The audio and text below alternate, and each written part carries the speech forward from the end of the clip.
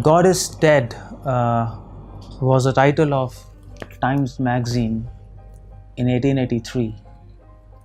And the title was from the book The Gay Science, written by Nietzsche, who was a German philosopher. Now, Nietzsche is not famous for this book, The Gay Magazine, but is known for this small title, God is Dead. Now, what he meant by that is more important. God is dead doesn't mean literally that God is dead. What he found that society at that time didn't need God. God didn't make lives meaningful. It was science which replaced God. Scientific revolution, it divided faith and reason, and it divided science from divinity. That's the meaning of God is dead. Scientific revolution basically said, science said, that reality should be observable and measurable. Or in other words, science demanded evidence for everything, evidence for every reality. In short, science said that everything should be proved by evidence. And that's what made God dead, because God cannot be proved. And there is proof by evidence. But here's the point. Can everything be really proved by evidence? Can all reality be proved by evidence? I just want to share with you all that there are few things which cannot be proved by evidence, and yet they are reality. They are more real than ever. They're more real than real itself. And they are absolute and self-evident truth. Remember this, self-evident truth. This is a very important word. Now, the first of these which cannot be proved by evidence, but yet it is a reality, is love and emotions. Of course, love is a reality, and there's no doubt about it. But since the 19th century science, it did not have technology, enough advanced technology to understand love. Love was a property of philosophy. Philosophers wanted to discuss about love and emotions. Science has nothing to do with it, because science deals with observable and measurable quantities. Science wants to prove everything by evidence, but how to prove love by evidence? You can't even begin to think about it. So science left it. But then in late 19th century, brain technology advanced, and there were CAT scans and MRI, and suddenly they could see brain, and they could see molecules and chemicals of brain, and they could correlate these chemicals with emotions and love. And suddenly science had a tool to measure love by measuring chemicals. Suddenly science has a tool to observe love by observing chemicals. But here's the question: what sense do we make of love and the experience of love as chemicals in the brain? The experience of love is beyond proof. The experience of love doesn't need any evidence to be an experience. The experience of love is self-evident, so to say. It's self-evident. Even if one day you can figure out all the chemicals and all the MRI brain scans of love, still will not be able to pass on experience of love or understand anything about experience of love. Just like if you understand a piano and the music, how it produces, still the experience of music is a different thing. So that's the first thing which doesn't have proof. It cannot be, experience of love cannot be proved by evidence, and yet it is a reality. Even the great physicist Schrödinger, we all know Erwin Schrödinger, he said, I'm going to quote, I am very astonished that scientific picture of the real world around me is very deficient. It gives us a lot of factual information, puts all of our experience in a magnificently consistent order, but it is ghastly silent about all that is really near to our heart, that really matters to us. It cannot tell us a word about red and blue, bitter and sweet, physical pain and physical delight. It knows nothing of beautiful and ugly, good or bad, God and eternity. Science sometimes pretends to answer questions in these domains, but the answers are very often so silly that we are not inclined to take them seriously. This is Erwin Schrödinger.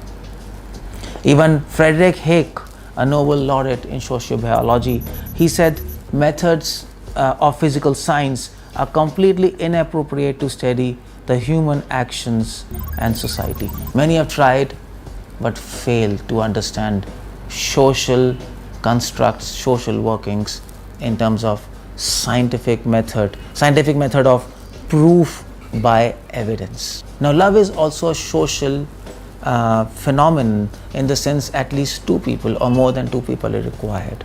And according to Friedrich Hayek, love cannot be understood by scientific methods of proof by evidence. Love is beyond proof and evidence, and yet it is real.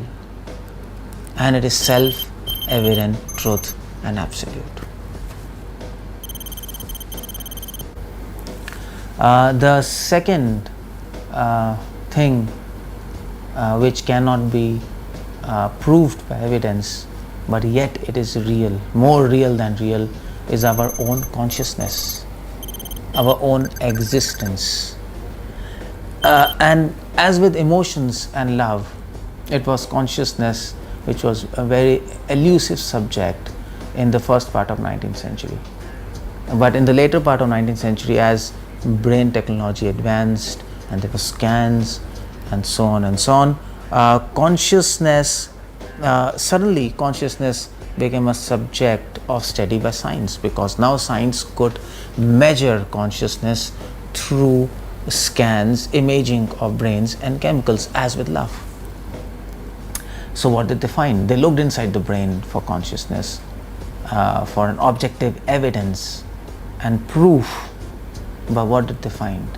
I would like to quote Sir Wilder Benfield. He was a neurosurgeon, a famous neurosurgeon, and he summarized his findings and philosophical views in 1975, a few years before his death, in his book entitled The Mystery of Mind. And he said, I quote, for my own part, after years of striving to explain the mind means consciousness, for practical purposes in this lecture, to explain the mind on the basis of brain action alone, I have come to conclusion that it is simpler and far easier to be logical if one adopts the hypothesis that a being does consist of two fundamental elements. One is consciousness and one is brain. And he continues, because it seems to me certain that it will always be quite impossible to explain the mind on the basis of neuronal actions in the brain. And also in his recent book, Neural Theories of Mind, Why Mind-Brain Problem May Never Be Solved, Dr. William O'Tal, a neuroscientist, he claims, I'm quoting here, we haven't a clue as to how mind or consciousness emerges from the brain. The overarching conclusion that can be drawn from virtually all these commentators, as aptly done by Blaxley, is that we do not yet know the answer to the great question how brain makes mind or consciousness. The issue must, at very least, be objectively and actively considered rather than being passively accepted without criticism or controversy just because some feel it is pessimistic. This is a beautiful insight. To accept, or more accurately, to hope for tractability without thinking about possibility of intractability may challenge the entire future of a truly scientific psychology. Dr. William, he clearly says here, consciousness is separate from brain. Consciousness seems to be beyond proof and evidence. In fact, Goldstein, a philosopher, he writes, and this is interesting, he writes, consciousness is always being a hard problem for science, especially the experience part in the consciousness. And Goldstein writes, sure, consciousness is a matter of matter. What else could it be? Since that's what we are. At least we think we are. But still, the fact that some hunks of matter have an inner life is unlike any other property of matter that we have yet encountered, much less accounted for. The laws of matter in motion can produce all this. Suddenly, matter wakes up and takes in the world. Suddenly, matter has an attitude, a point of view, a fantasy in life.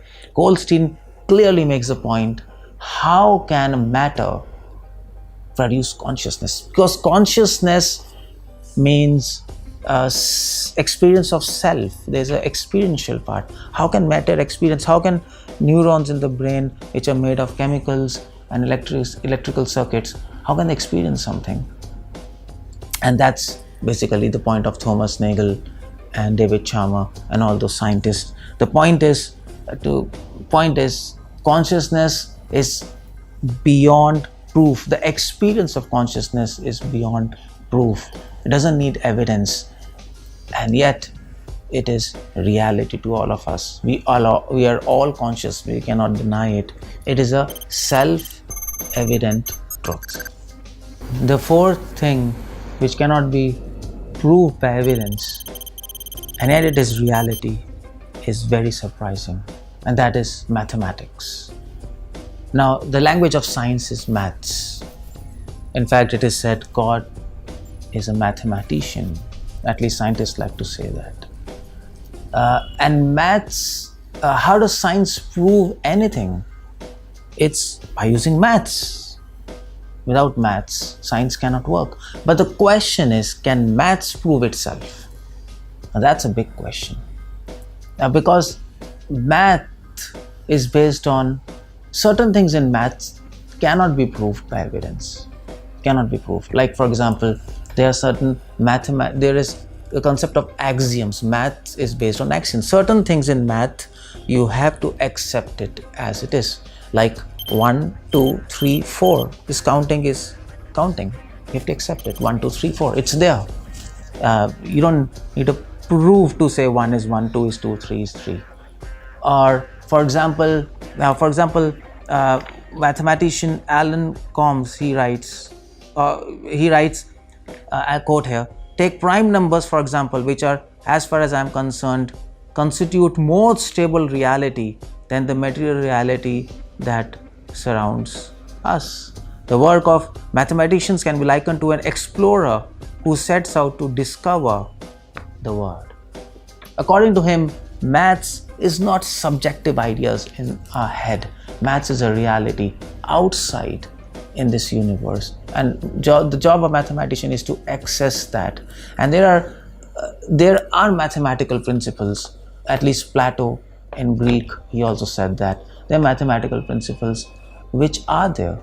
That's all, simply are there. They're self-evident.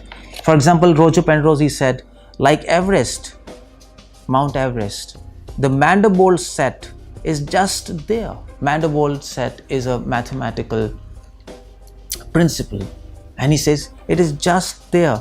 There's something absolute and God-given in all mathematical truth. In fact, G.H. Hardy, the famous 20th century mathematician, very famous 20th century mathematician, he said, I'll quote to you, I will state my own position dogmatically. He's saying, I believe that mathematical reality lies outside us, that a function is to discover or observe it, and that the theorems which we prove and which we describe grandiloquently as our creations are simply our notes of our observation. The point is, maths is a self-evident truth.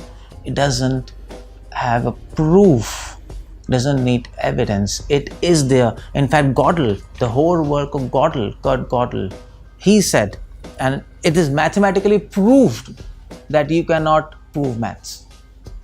And that Kurt Gödel did. Everybody knows Gödel's theorem. And he said, in one line, his theorem is, there are certain things in maths which are statable but undecidable, or in the sense, there are certain things in maths which you can't prove that they are true or false.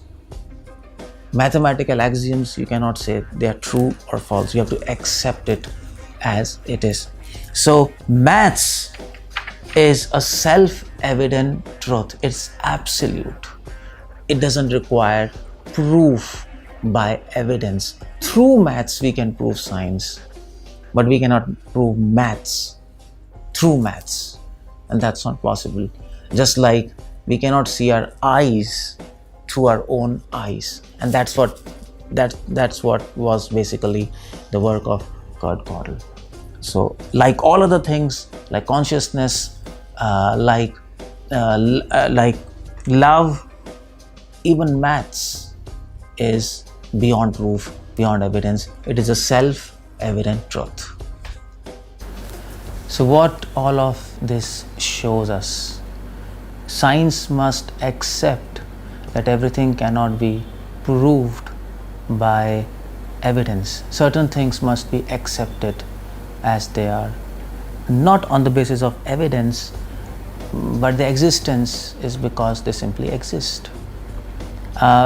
That is love, mathematics, axioms, and consciousness. All are like that. All of them are not dependent on any other evidence. They are absolute, and we must accept them as they are by our own experience of them. And scriptures inform us God is also like that. Even God is a self-evident truth. He is absolute, and we all can experience Him. If we keep an open mind, scriptures inform us, Vedas inform us that God created such things as love, mathematics, consciousness, and morality in His image, beyond all proofs and evidence. Why? For humans to introspect and marvel at, and to accept Him as creator of such things, to recognize Him as absolute existence, and to strive to discover and experience Him. God is not dead.